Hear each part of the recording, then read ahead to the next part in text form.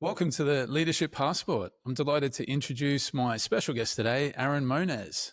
Aaron is the co-founder and director of Inspire Citizens. He helps schools around the world develop whole school implementation programs for service learning and education for sustainable development as a means of developing global citizens.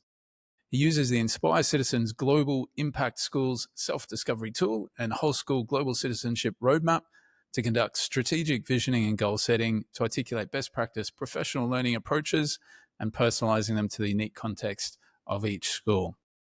Aaron uses the Inspire Citizens empathy to impact approach to enhance curriculum at a range of different grade levels and subject areas as he helps school to design K-12 scopes and sequences and scaffolding the development of service learning and active global citizenship. I have to edit that bit out. Alongside the Inspire Citizens team members, Aaron also helps to develop student leadership programs and supports the Inspire Citizens Global Citizenship Certificate. Aaron believes that schools can become centers for community impact and strives to help schools see the large-scale impact that they can have by slightly optimizing their existing systems and centering on global citizenship education. Welcome, Aaron. Thank you so much for having me. I'm looking forward to an awesome conversation. Great. So something that I already know about you is that in addition to your work with schools on global citizenship education, you're also a hardcore punk drummer.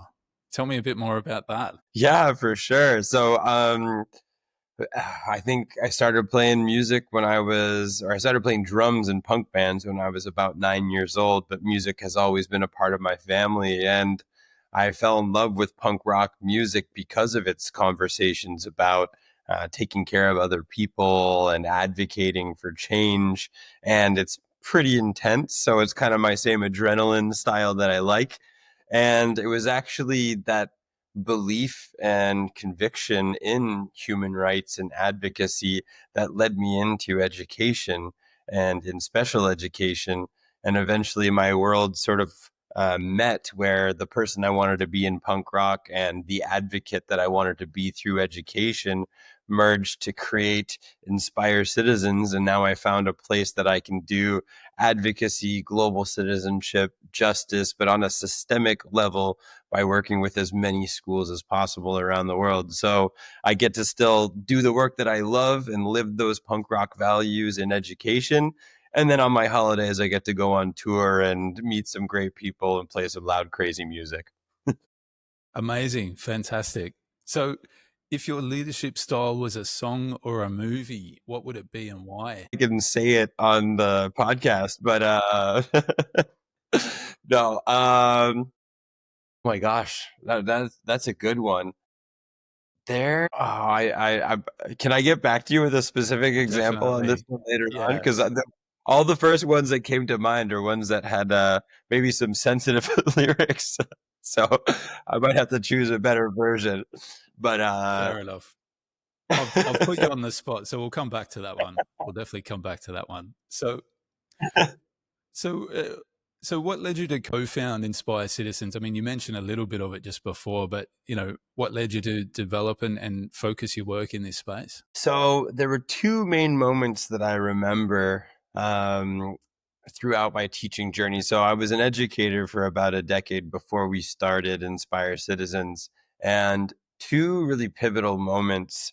One was when I was working in Morocco, and we had created talented and gifted / experiential learning programs where students would go up into the high Atlas Mountains to collaborate with NGOs and connect with Berber populations. And I remember sitting on a rooftop of one of the houses watching the sunset over the valley and just seeing different kids that were supporting flood irrigation projects, and other kids were learning about geography and why it was that these types of ecosystems yielded such amazing foods and fruits. And somebody else was talking to the village elders and learning more about traditions and cultures, and then figuring out how we could work together on a water filtration system. And I was sitting there on a rooftop thinking, why could this not just be school all the time? And that was a big moment for me in service learning, experiential learning, and global citizenship education, because I saw the impact it was having not only on kids, but also on communities. And it didn't take a whole lot to build that program. And so that was always in the back of my mind. And then I had moved over to the International School of Beijing, and I was running the Futures Academy there, which was an interdisciplinary project-based learning middle school. And my late co-founder and at the time teaching partner, Steve Sostak, he and I brought a bunch of our kids to a Global Issues Network conference. And again, we had one of these experiences where students were interviewing, amazing people that were there at the conference, and all these different student leaders were collaborating and having conversations about their different types of action projects.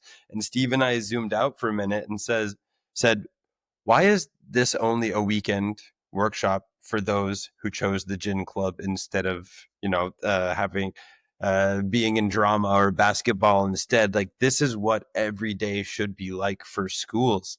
And that was the actual moment where Steve looked at me and he said, listen, man, this work is way too important for us to just do it on weekends and in clubs. Let's quit our jobs and dedicate all of our work to building school systems for global citizenship. And I think it's always been a part of who I am. And then we saw that there was a need for our international schools and a niche for us to begin consulting. So we decided that if we believe in it this deeply, then we should devote all of our time and energy to making it happen. And that's exactly what we did. And I guess it's been going okay 8 years later. Amazing. Amazing. So, what does it actually look like when you walk into a school and you can see that the school's really successfully integrating sort of global competencies and service learning into its culture? Sure. So there's two sides to that, and they mutually inform one another. But first of all, on the inside or from the leadership level, we have to have definitions. We need to know, what is global citizenship? Where does it live? What tools do we use? Who's involved in the sustaining and maintaining of it? How are we going to be reflecting and using student outcomes and data to ensure that whatever professional development we're providing is actually yielding results? And so that's the inside of it that you may not see when you first walk into the space. But then what you may see when you walk into the space is, students that are having conversations about compassion, about issues, right? Students who are not necessarily sitting in desks and being involved in, let's just say, more subject-specific action, but subject-specific learning, but more involved in action. You see schools that have celebrations of awesome proof of concept. So whether that's on the walls or whether it is showcasing at assemblies or social media campaigns that show proof of concept of kids doing it, right? And again, another thing that you would see too is schedules and programs that live that mission, instead of asking teachers to just have this one after school club or supporting students in their CAS programs. You see, like a school I just came back from in Brazil, they have a projects class where every single student across the entire secondary school has a block and project mentors that just help them do global citizenship focused action projects. And they have a curricular scope and sequence going from early years to 12 that embeds social action and community partners into just the way that they do school. So you see students acting and engaging in programs and teachers that are involved in the kind of work, but you only see that because the background foundation has been laid in order to allow for that kind of work to happen. And so, how do you work with school leaders to bring about that change? And because that, for some schools, depending where they are on that journey, is quite sort of transformational. How do you work with the leaders to make that happen? For sure. So again, I keep it short because I have a tendency to just keep flowing when I'm having conversations. So forgive me, but coming together with common definitions. I know I said this earlier, but it's really hard to live out a strategic plan around global citizenship if we don't have indicators of success or we don't have common toolkits or common approaches that help people to understand what that looks like. So even if it's just something as simple as we will use a cycle of inquiry, right, in at least one unit per grade level across the school that links to global issues and allows students to take action meaningfully with a community partner, right? If that were your definition, or if that were your how of global citizenship, then you would have to have that defined, and you would have to have the leaders from the different divisions of the school saying, yeah, that'll work in my context and that'll enhance what it is that we're trying to do, and I am committed to making that happen with my talents and resources and time within my schedule. And if the leaders can agree on that, then all the rest can happen in the next, 18 months to 3 years of implementation and support. But the biggest has got to be, how do we define it? How do we make sure there's a plan for it? How do we make sure we have resources and time dedicated to it so that it can happen? And the schools that do that, the leaders that do that, they see amazing results in 3 to 5 years. So, talking about those results, so in your work across schools recently, what's some of the most inspiring student led initiatives that you've seen? Well, I'm going to go back just because, again, I'm a little jet lagged off of a long trip, and forgive the attire as my suitcase didn't make it. But yeah, this one school that we were just working with in Brazil, they have it was a unit that was based on um, all students have the right to.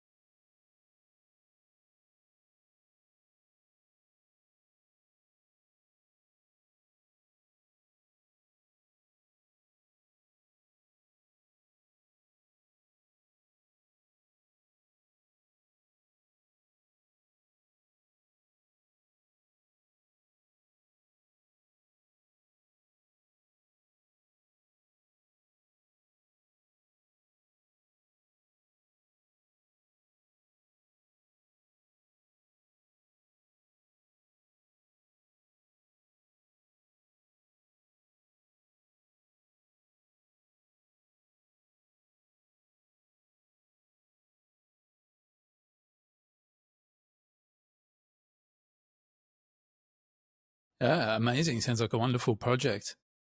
Now, going from, I guess, success stories to maybe mistakes to avoid, what's some of the most common mistakes or missteps that you see schools make when they're trying to adopt these kinds of service learning, community minded, globally minded approaches?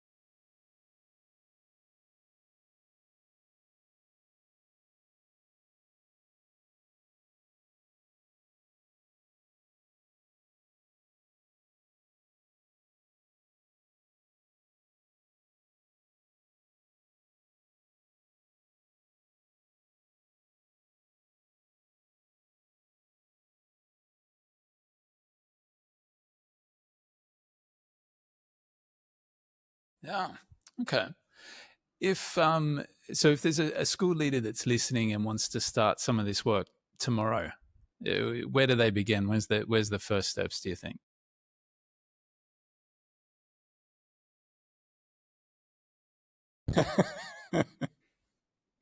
Well, obviously.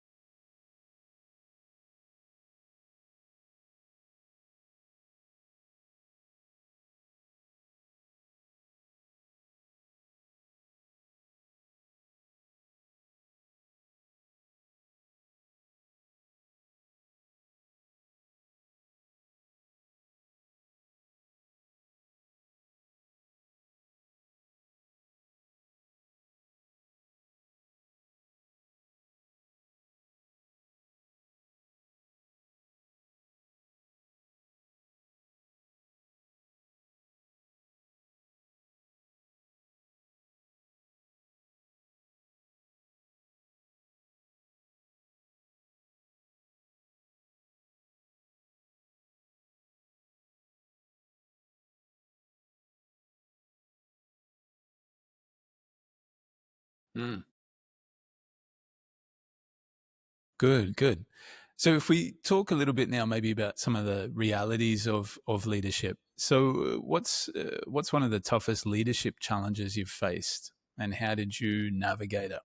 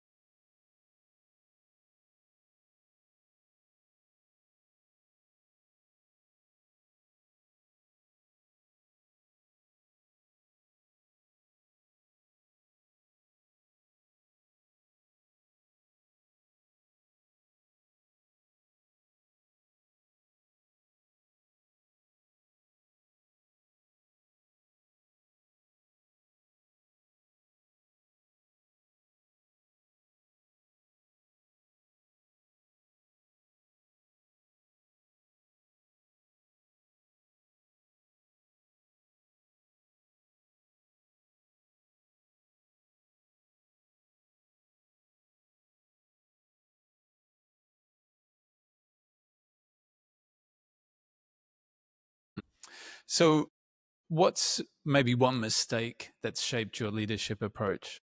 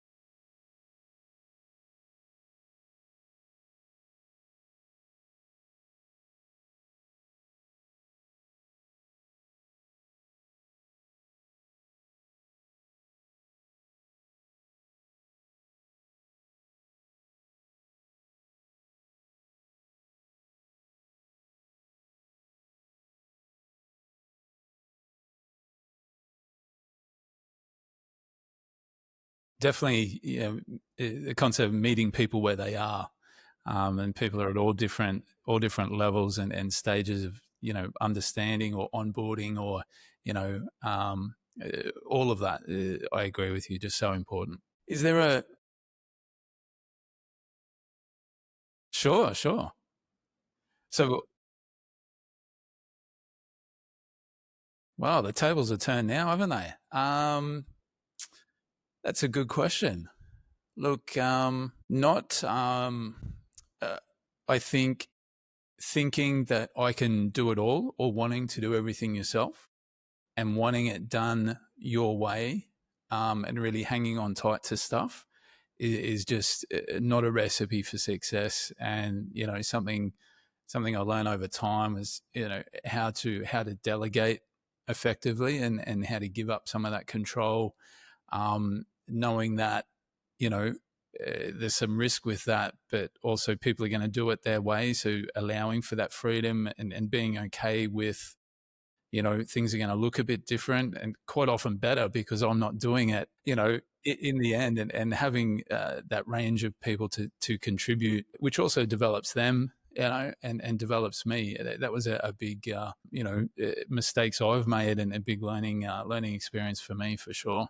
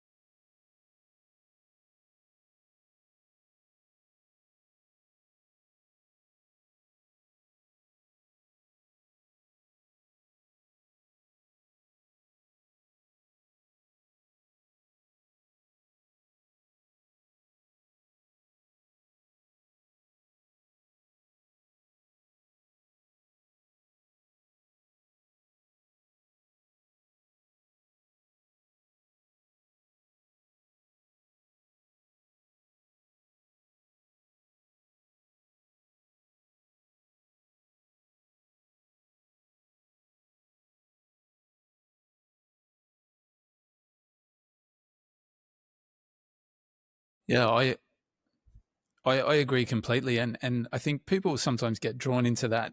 Like if you and your team are all thinking the same way and thinking the same things, that's really comfortable. Like there's no disagreement, there's no cognitive conflict, there's no, but you're not in a good place either, because you're just sort of just ticking along, and you're not getting that diversity of thought that you talk about, and those different ideas and things that you'd never consider as an individual or as a team for sure. So yeah, we're so we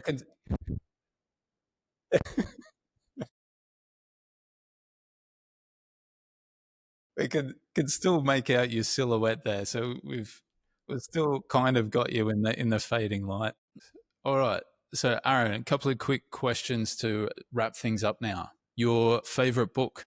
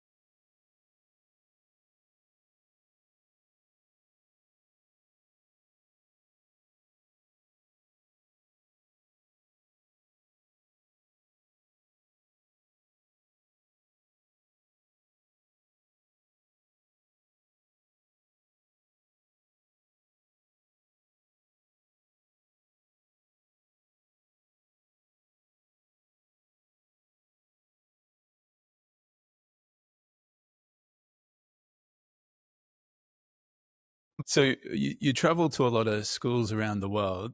Give us your top airplane or airport survival tip.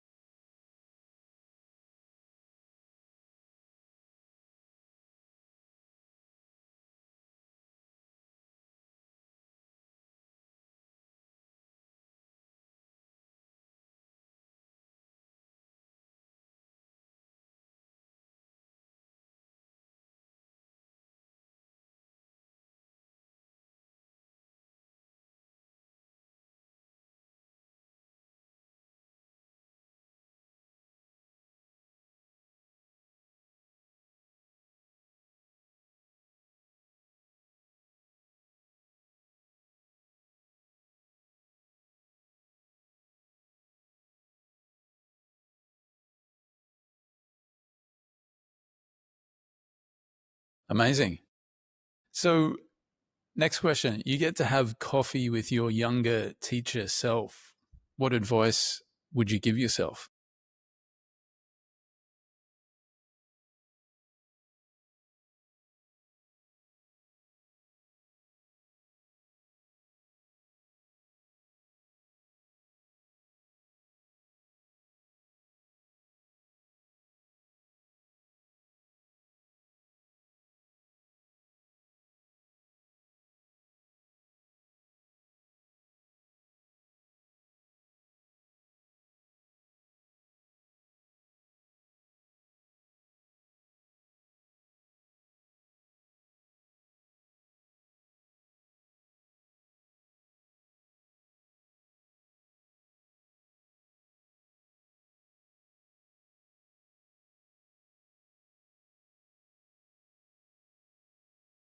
Fantastic. One thing you do daily that helps you to lead better.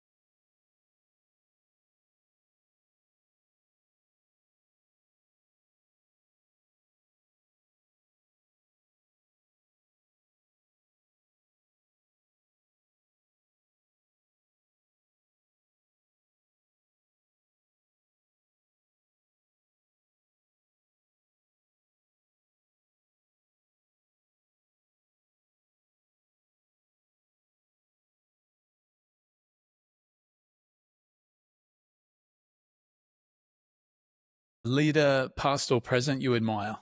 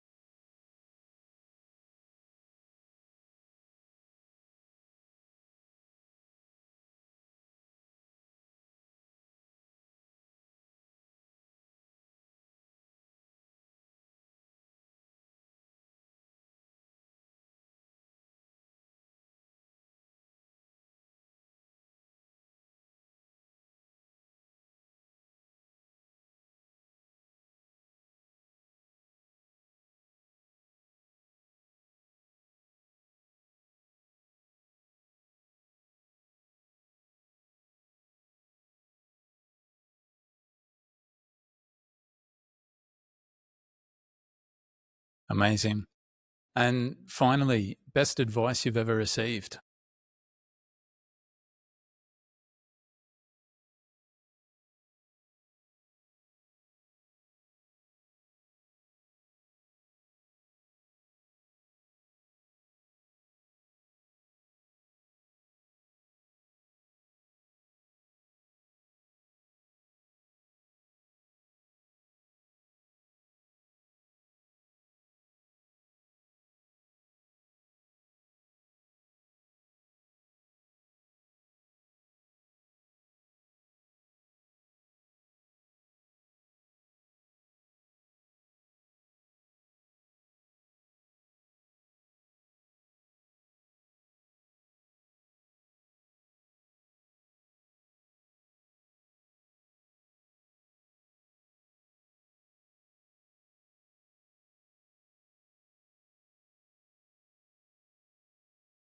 Great. Sounds like great advice to me.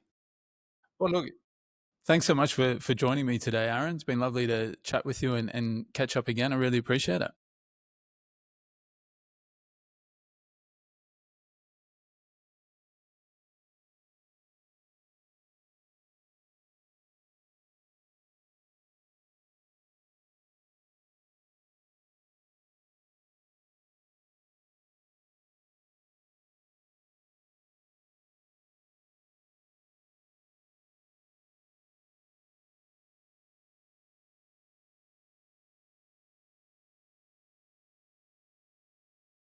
Great. Thanks, Aaron. See ya. Thanks so much for listening to the episode. If you enjoyed this conversation, don't forget to subscribe, like, follow, etc. Drop a comment below to let me know anything you'd like covered in upcoming episodes or suggestions for future guests. You can also connect with me on Instagram and LinkedIn.